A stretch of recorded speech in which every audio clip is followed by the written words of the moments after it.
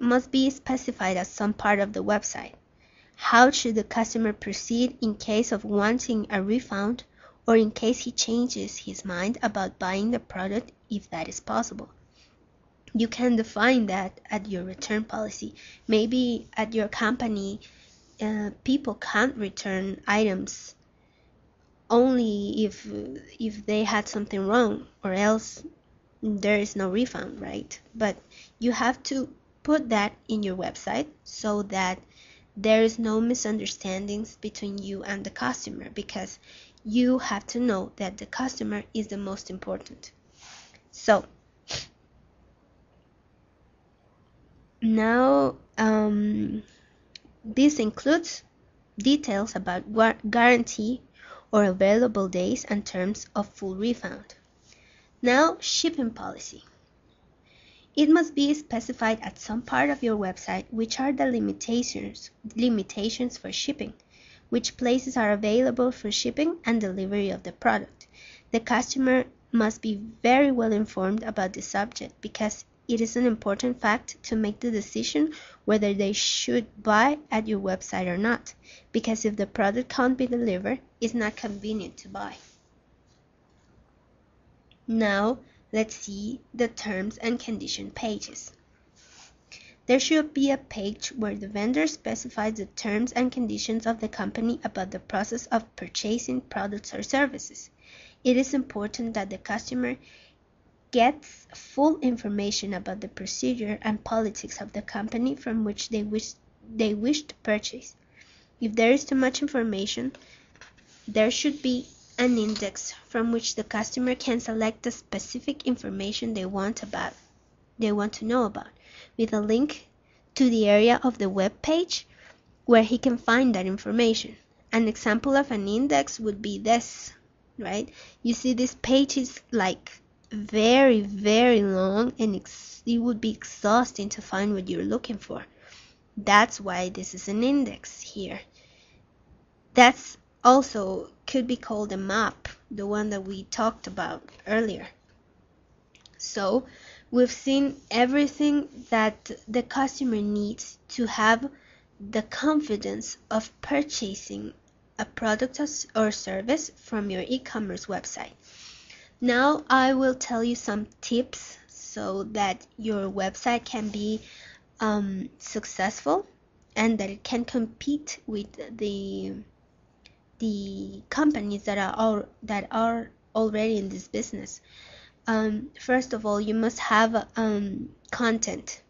You must have content about what you are offering in the market, about specifications of your product, characteristics, because all of this content, for example, you see here we have descriptions, we have prices, we have specified the full name of the products in the pictures.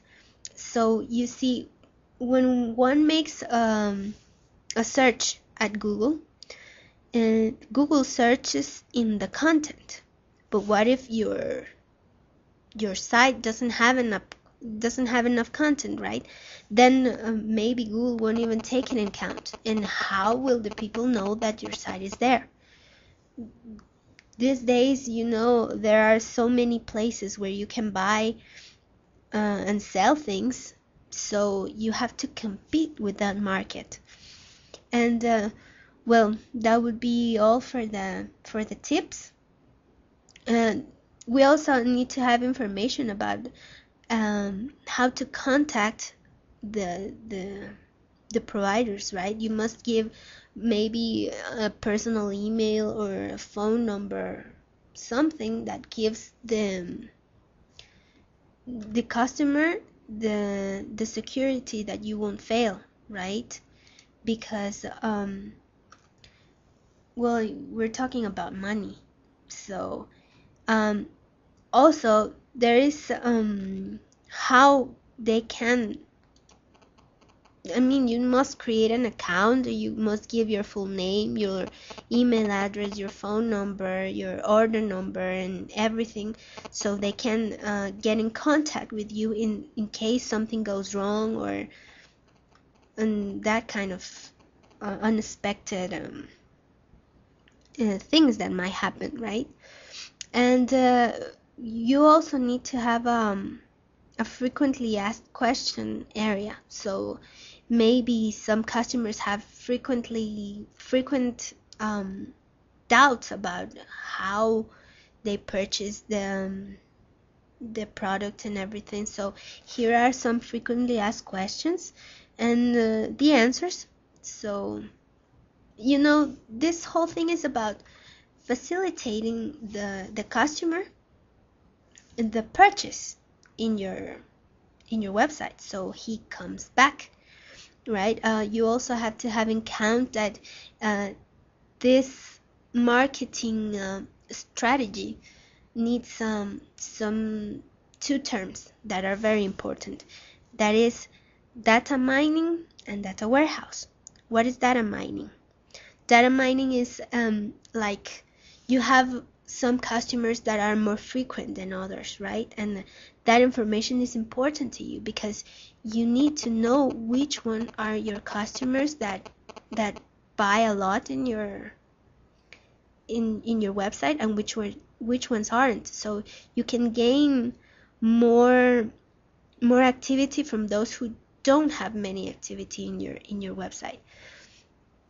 So there is also you can, with data mining, you can get the products that are more popular to a certain customer.